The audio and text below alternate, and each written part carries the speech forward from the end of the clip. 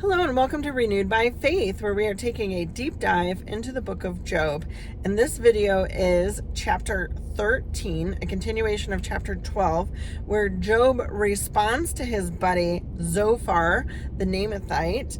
And Zophar came in and kind of rebuked and kind of poked the bear with Job a bit. And he says, "How I wish that God would speak, that he would open his lips against you and disclose to you the secrets of wisdom, for true wisdom has two sides." So basically saying there's two sides to every story, and regardless of your side, God has a side, right?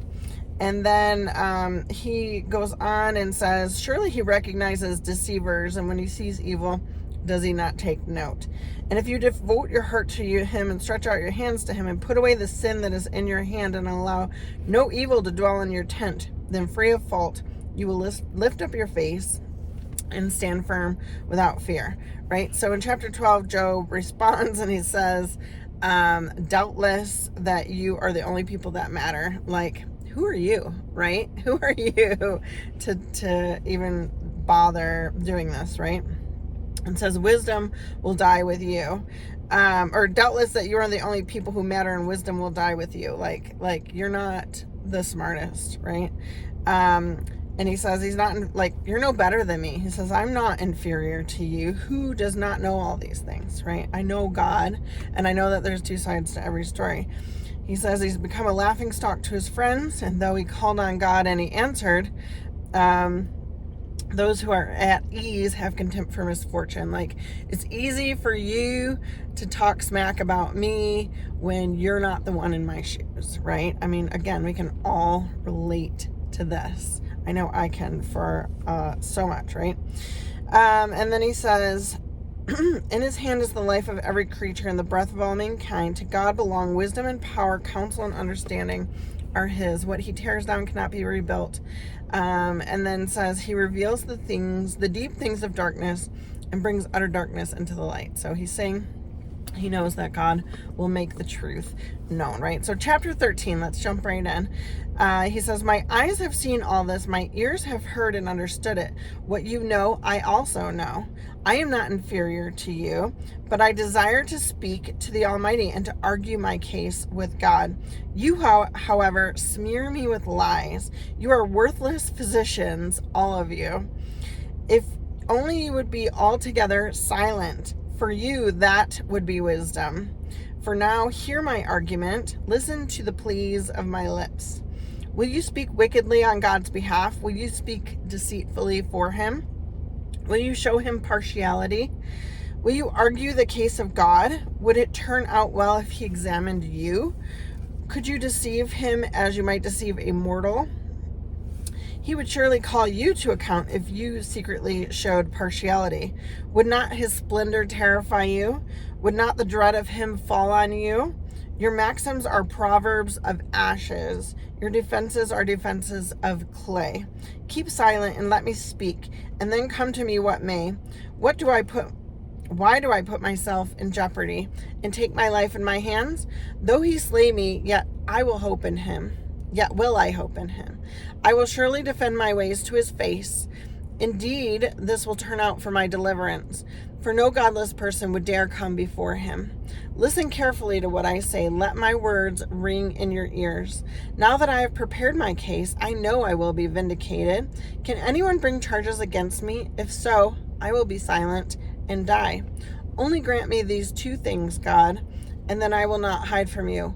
Withdraw your hand from me and stop frightening me with your terrors, and then summon me and I will answer, or let me speak and you reply to me.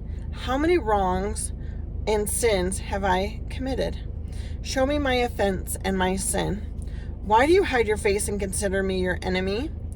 Will you torment a wind-blown leaf? Will you chase after a dry chaff? For you write down bitter things against me and make me reap the sins of my youth. You fasten my feet in its shackles. You keep close watch on all my paths by putting marks on the soles of my feet. So man wastes away like something rotten, like a garment eaten by moths.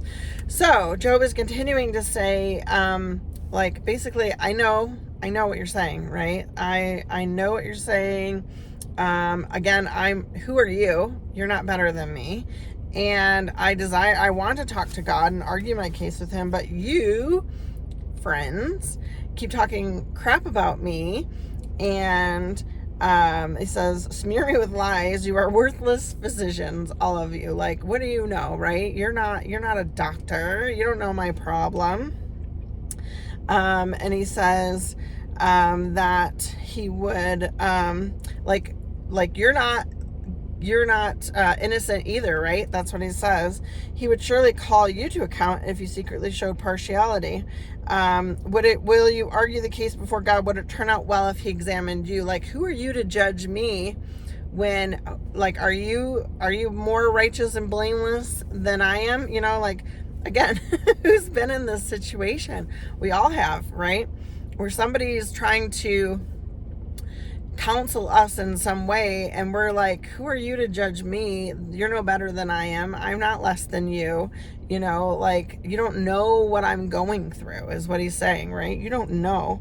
He says, keep silent and let me speak, and let come to me what may. Like, it's my problem, not yours. So just shut up, is what he's saying. And then he says, I will defend myself to God. And this will turn out for my deliverance. He says that he's prepared his case, and he knows that he will be vindicated. He knows that he is innocent in the eyes of God, right? And then he says that he asks God to grant him two things. He says for God to take his hand from him, like restore him, right, from what's going on, and stop frightening him with the terrors, like stop what all you're doing. He says, and then come to me and summon me, and I will answer, or let me speak and you reply to me. So he's asking to come before God to state his case, right? So this is what the friends have been saying, like, you need to take it to God. And now he's saying, okay, I need to take it to God, right? And then he kind of takes some pokes at God a bit. You know, why do you hide your face and consider me your enemy? You know, he's still mad at God for everything that's going on. And again, I know I've been there. I've been mad at God for things that have happened in my life, and I've questioned God and his motives. And that's what Job is doing here. And you can't blame him for everything that is going on. And then these friends that were great in the beginning are coming along, and we know from being that friend to somebody, your intentions are good. You truly want to help them, but you're saying all the wrong things, you know, and that's what Job's saying. Like, in the beginning, it was great. You just shut up. And now you're saying all these things, and you're making me feel like even worse. And I just want you to shut up. And they don't. And so poor Job, he's frustrated, and I don't blame him. And so it continues on in chapter 14, his rebuke of Zophar and what he had to say. And then in chapter 15, we'll hear from his friend Eliphaz again. So stay tuned for the next video, chapter 14. We continue Job's response, and we will see where it goes. Thank you so much for joining me. I pray blessings over you. I'm so grateful that you are joining me on this journey through the book of Job. Thank you. Bless you. Have an amazing day.